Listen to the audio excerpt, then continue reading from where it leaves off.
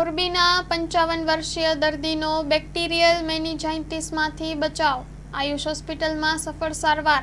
Story report by Solanki Himanshu, Morbi. નમસ્તે, હું હરેશભાઈ દલસુખભાઈ પંડ્યા, મૂળ મોરબી, અને મારા મગજની તકલીફ હોવાથી ચક્કર આવતા હતા, બેભાન અવસ્થામાં હોવાથી હું આયુષ હોસ્પિટલમાં દાખલ થયો છું અને ત્યાંના ડૉક્ટર ઉત્તમ સાહેબ તરફથી મને સારી સગવડ મળેલી છે, સવલત મળેલી છે અને મને તેનાથી સારું થઈ ગયેલું છે. અત્યારે અમુક ટકા જે તકલીફ છે એમાં મને આઈસીયુમાં રાખેલો હતો. 2 દિવસ આઈસીયુમાં રાખી તે હવે ફ્રી કરેલ છે, નીચેના રૂમમાં આપેલ છે જગ્યા. કાલનો દિવસ રોકાવાનું છે હજી, તેમાં તપાસ કરી અને બાદમાં એ લોકો મને રજા આપશે. નમસ્તે. મારું નામ ડૉક્ટર ઉત્તમ પેઢડિયા છે. હું જનરલ ફિઝિશિયન તેમજ ક્રિટિકલ કેર સ્પેશિયાલિસ્ટ તરીકે આયુષ હોસ્પિટલમાં છેલ્લા 2 વર્ષથી ફરજ બજાવું છું. આજે આપણે એક દર્દીની વાત કરવાની છે જેમની ઉંમર 55 વર્ષ છે. દર્દીને આયુષ હોસ્પિટલમાં ઇમરજન્સી વિભાગમાં રાત્રે 12 વાગ્યાની આસપાસ તારીખ 1/7ના રોજ લઈને આવવામાં આવ્યા હતા.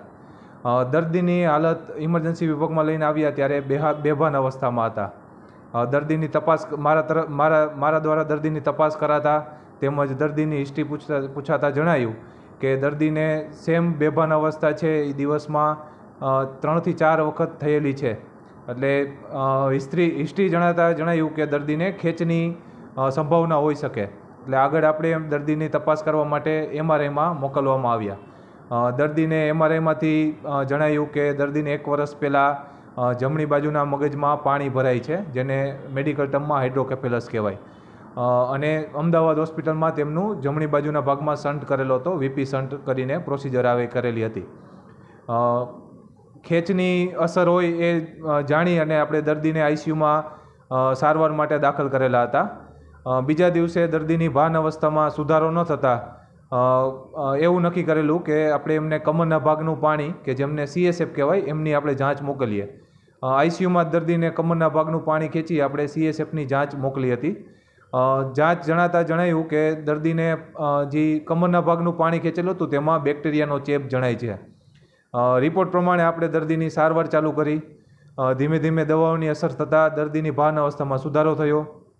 આજે તારીખ 4ના રોજ આપણી સાથે દર્દીની અવસ્થા એકદમ બેભાન અવસ્થામાંથી સારી રીતે ભાન અવસ્થા આવી ગઈ છે.